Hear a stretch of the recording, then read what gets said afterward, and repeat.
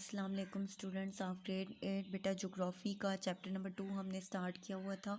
Page number है हमारे पास 17 और इंग्लिश वालों उर्दू वालों के पास जो है वो पेज नंबर जो है वो 19 है। ठीक है, हम लोगों ने पढ़ना है आज बालाई या पहाड़ी मरहला यानी अपर कोर्स माउंटेन स्टेज, यानी जो सबसे पहले दरिया जो है पहाड़ी इलाकों से गुज़रता है, तो इसलिए हम सबसे पहले इसका पहला हिस्सा जो है उसको डिस्कस करेंगे।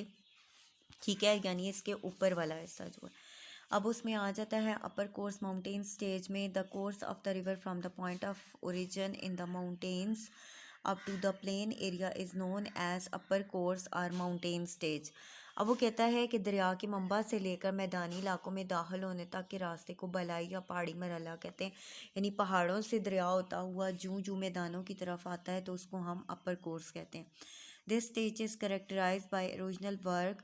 ये स्टेज जो है इस मरहले में कटाव का अमल ज़्यादा होता है और उसके अलावा वो कहता है both vertical downward and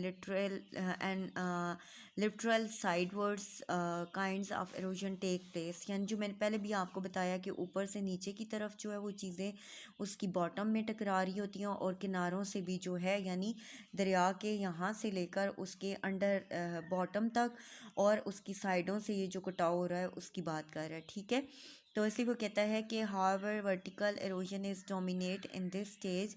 vertical halogen यानी जो ऊपर से नीचे की तरफ होता है, यानी जो आपके फ्लोर को, जो इसका बेड है उसको नुकसान पहुंचाता है, वो एरोजन जो है वो सबसे ज़्यादा जो है वो डोमिनेट होता है और इसका अमल तेज़ होता है। डोमिनेट मीन इसका अमल तेज़ होता है। The following feature are formed in the upper course of the river. अब वो कहता है कि अपर कोर्स जो है उसके अंदर जो है मंज़ैल ज़मीनी नकूश बनते हैं। अब वर्टिकल के लिए उसने अमूदी यानी ऊपर से नीचे की तरफ जो लाइन मारी जाती है वो वर्टिकल है और जो यूं हमारी जाती है वो उफ़की लाइन कहलाती है। ठीक है, अब उसके बाद आता है गॉर्ज और कैनियंस, घाटी या खाई।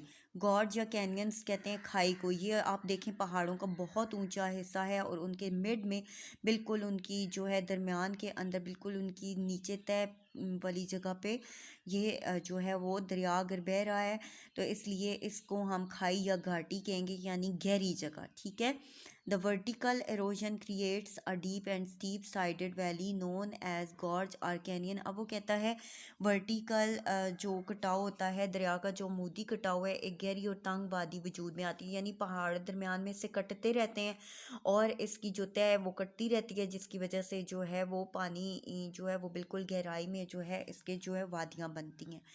अब उसके बाद वो कहता है स्टीप साइडेड वैलीज़, यानी ये देखें ढलानी वादियाँ। फिर उसके बाद वो कहता है कि river in the Sutlej Brahmaputra etcetera have cut deep gorge canyons in their upper courses. अब वो कहता है जो इनके अपर कोर्सेज हैं, यानी भलाई जो इसका अमल है स्टार्ट होता है तो उसमें ये तीन दरिया जो हैं सतलज, दरियाए सिंध और दरियाए बरहमपुत्रा जो है ये बहुत बड़ी घाटियाँ बनाते हैं। The best example of gorge और कैनियन इस। अब वो कहता है इस गॉर्ज या कैनियन की या खाई की जो सबसे बड़ी मिसाल है वो जो है वो जो दी गई है वो है दासू पतन। अब दासू पतन की जो घाटी है वो सबसे ज़्यादा जो है वो कहता है river Indus in Kohistan district of Khyber Pakhtunkhwa Pakistan. वो कहता है पाकिस्तान के जो खैबर पख्तूनख्वा के इलाके हैं यहाँ पे दरियाए सिंध जो है ये जो सबसे बड़ी घाटी बनाता है उसकी मिसाल जो है वो दासू पतन की घाटी है, तो इसलिए ये सबसे बड़ी जो है घाटी जो है वो तस्वर की जाती है। ठीक है, फिर उसके बाद आ जाता है वी शेप वैलियाँ, यानी वी शेप जो वादियाँ हैं वो कैसी होती हैं, वी शेप वैली कैसी होती है जिसकी शेप जो है आप ये देखें यूँ जिगजैग की सूरत में ये जो आ रहा है, ये देखें ये दरिया बह रहा है बीच में और ये वी शेप जो है वैली वजूद में आ रही है। ठीक है, V shape valley is form when lateral और vertical erosion occurs at the same time. अब वो कहता है ये उस वक्त होती है जब अमूदी कटाव भी हो रहा होता है, यानी ऊपर से बॉटम की तरफ और साइड वर्ड्स यानी लिटरल यानी उफ़की तौर पर भी किनारों की तरफ भी जो है वो कटाव हो रहा था। Vertical halogen cuts the valley deeper and deeper while literal halogen makes it widened resulting into we shape valley. अब वो कहता है ये इरोजन आहिस्ता आहिस्ता गहरा से गहरा होता जाता है और कट कट कर ये आखिर वी शेप वैली में चेंज हो जाता है, यानी ये कटाव इतना ज़्यादा होता है कि आखिर कटते कटते जो है ये वादियाँ वी की सूरत में वजूद में आती रहती हैं। ठीक है, इसलिए वो कहता है कि ये जो वी शेप वैलियाँ हैं ये बेसिकली उसकी कटाव उसे किनारों की तरफ चौड़ा बनाकर वी शक्ल की वादी में तब्दील करता रहता है। उसके बाद हमारे पास आ जाता है वाटरफॉल, आबशार। ठीक है, वाटरफॉल या आबशार, ये सेकंड शॉर्ट क्वेश्चन भी है आप लोगों का। अच्छा, वाटरफॉल या आबशार किसे कहते हैं? When waterfall from sufficient height it is said to have formed a waterfall. अब वो कहता है कि पानी जब बहुत बड़ी ऊंचाई से नीचे गिराया जाता है तो इसको जो है वाटरफॉल कहते हैं, गिरता है तो इसको वाटरफॉल कहते हैं। If the river bed is compose of hard और सॉफ्ट रॉक्स। अब वो कहता है कि अगर जो है दरिया का जो तय है वो अगर नरम चट्टानों से बनी हुई है या हार्ड चट्टानों, सख्त चट्टानों से बनी हुई है, the soft one is eroded while the hard one remain standing. तो जो सख्त चट्टानें होंगी वो अपनी जगह खड़ी रहेंगी, जबकि जो सॉफ्ट चट्टानें, नरम चट्टानें होंगी वो एरोड हो जाएंगी। अब देखें यहाँ पीछे से पानी बहता हुआ आ रहा है दरिया का। अब ये हार्ड पार्ट इसका जो है ये महफूज रहा है, जहाँ से सॉफ्ट हुआ है तो वो कट कट कर वो जो है वो एक बहुत बड़ी जो है वो आबशार की सूरत में दरिया जो है वो गिर रहा है और बहुत बड़ी आबशार जो है वो वजूद में आती है। अब उसके बाद वो कहता है as a result a steep slope is formed, जिसके नतीजे में एक स्लोप जो है वो ढलानी स्लोप पैदा होता है। The river water falls down through this slope farming a waterfall. इससे दरिया का पानी जो है वो नीचे गिरना शुरू होता है स्लोप की सूरत में और जिससे आबशार वजूद में आती है।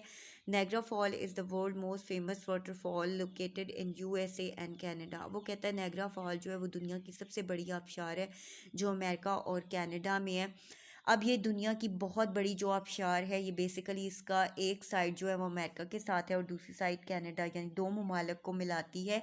ये बेसिकली तीन आबशारों से मिलकर बनी हुई है और तीन आबशारें जब इकट्ठी आके मिलती हैं तो उनका पानी बहुत ह्यूज अमाउंट में जो है वो गिरता है और ये दुनिया की सबसे बड़ी आबशार आबशार तस्वर की जाती है। दुनिया जहाँ से लोग घूमने के लिए जाते हैं सियाहत के लिए और जो है ये आबशार जो है इसको देखने के लिए, और यहाँ पे इतनी ज़्यादा इसके पानी ऊंचाई से गिरने की वजह से इसके हवा में इतनी ज़्यादा मिस्ट होती है यानी नमी होती है कि आप जो है आप पूरे के पूरे गीले हो जाते हैं। और यहाँ पे दो तरह की जो है वो बोट्स आपको देखने को मिलेंगी। इसमें कुछ जो कैनेडियन होते हैं उन्होंने पिंक कलर के जो है वो रेन कोट्स पहने हुए होते हैं और मिस्ट से बचने के लिए, और जो अमेरिकन्स होते हैं उन्होंने ब्लू कोट्स पहने होते हैं उस मिस्ट यानी पानी की जो अंदर नमी है वाटर ड्रॉप्स हैं उनसे बचने के लिए।